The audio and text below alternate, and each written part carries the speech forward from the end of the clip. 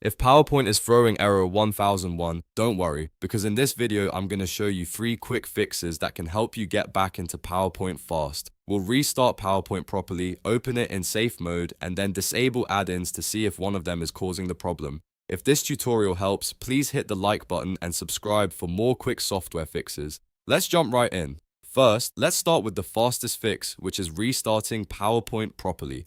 Close Microsoft PowerPoint completely. If it looks closed but the error still appears, press Ctrl, Shift, and Escape on your keyboard to open Task Manager. If you only see a simple window, click More Details. Now, look through the list for PowerPoint or PowerPoint.exe. Once you find it, click it and choose End Task. This makes sure PowerPoint is fully shut down and clears out any background process that may be causing the error.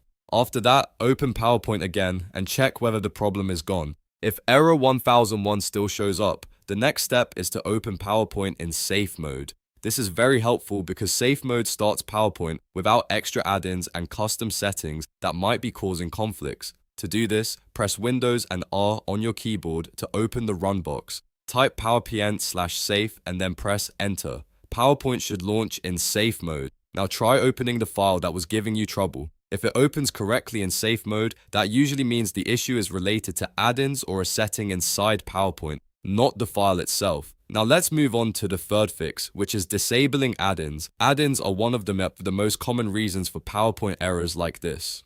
Open PowerPoint normally, then click File, then Options. In the PowerPoint Options window, click Add-ins. At the bottom of the window, look for the Manage dropdown and select COM add-ins, then click Go. A list of installed add-ins will appear. Uncheck all of them for now, then click OK. After that, restart PowerPoint and see if the error is fixed. If PowerPoint opens normally, you can go back later and re-enable the add-ins one by one to find out which one was causing the conflict.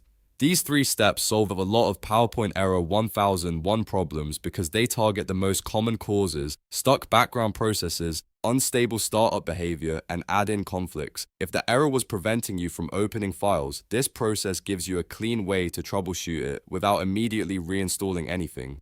If this video helped you, make sure to like the video and subscribe for more easy tech fixes and step-by-step tutorials. Thanks for watching, and I'll see you in the next one.